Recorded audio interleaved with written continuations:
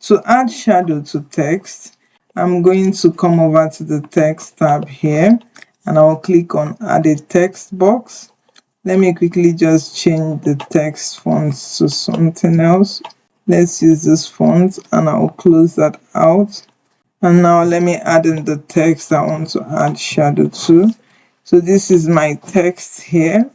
And to add shadow, I'm going to go over to effects here, and you see all those effects that came up. You're going to come over to and click this drop effects.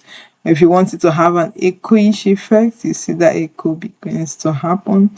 But to give it a bit of shadow, I like to use the drop. Let's do the offset. You see that the offset brought out the shadow properly. And if we increase the transparency of our shadow, you begin to see our text have shadow behind it. You can also change the color of what you want your shadow to be. Like if you want to have a yellow color, it's going to disappear entirely. Let's give it a gray color and see. You see that is lighter. The gray color is kind of lighter for a black color text, and you see your shadow begins to form properly.